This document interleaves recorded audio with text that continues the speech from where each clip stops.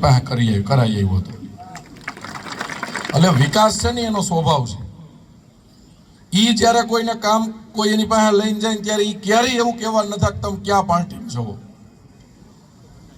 અને તમે બધા હૃદય ઉપર હાથ મૂકજો. આટલા બધા વડીલો બેઠા છે કે જસદણ અને વિછિયાની નદીઓમાં પાણી આવે આપણે કોઈ વિચાર્યું હતું? સોગંદ ખાઈને કહીજો હો, વિચાર્યું હતું? એક માત્ર આભારી આને કહી શકાય ને.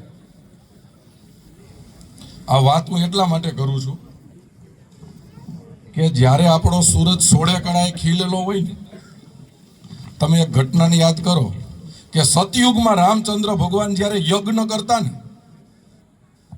ત્યારે ઋષિમુનિઓ યજ્ઞ કરવા બેતા ત્યારે રામચંદ્ર ભગવાન અને લક્ષ્મણજીએ ધ્યાન રાખવું પડતું કે હવનમાં હાડકા નાખવા રાક્ષસો આવતા હતા. આવું સાંભળ્યું છે આપણે?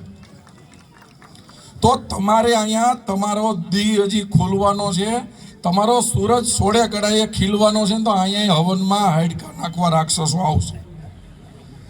આવે હવે એને ભગાડવાનું કામ રામ અને લક્ષ્મણનું સાહેબનું નથી, કોનું છે? તમારું બધાયનું છે.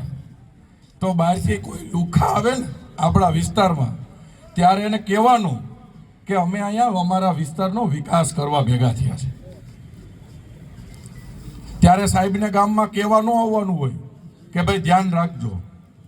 આપણે ત્યાં તો એવો રિવાજ હતો કે આપણે ત્યાં ઢોકરા બનાવ્યા હોય કે આપણે ત્યાં ગાય કે ભેં વિહાણી હોય ને બરી દેવા બીજા ત્યાં જાય ને તો એ નાના છોકરાઓ પડાપડી કરતા. શું કામ? કે એમાં ખાલી અહીંથી લોટો ન આવે. સાચો ને?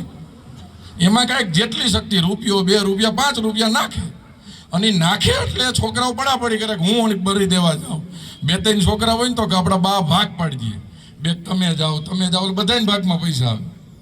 તો આપણી તો સંસ્કૃતિ એવી છે કે બરીનો લોટોય ખાલી ન આવે. તો સાહેબે આટલું વિસ્તારમાં કર્યું હોય તો તાલુકા પંચાયતની ચૂંટણી આવે, જિલ્લા પંચાયતની ચૂંટણી આવે ત્યારે મત માગવા પડે. તો તમને એમ લાગે કે એ ચૂંટણી ટાણે અહીં કોઈ નહીં આવે લુખાવ? એ આવવાના છે, એનું કામ કરવાનું છે. તમારે તમારો વિકાસ કરવો હોય, આપણા વિસ્તારનો વિકાસ કરવો હોય, તો આ સાહેબના માધ્યમથી એને ભાઈ તમારે માનો તમારી નદીમાં પાણી આવી જાય, તમારા ગામમાં સારું કામ થાય તો તમે આનો વાહો થાબડવા જવાના છો? એ વાહો થાબડવાનો એમ હોય કે તમારે ત્યાંથી મત પેટી ખુલે ને સ્થાનિક સ્વરાજની, તો 90% મત આપીને આની આબરૂ તમારે ગાંધીનગરમાં મોટી કરવાની.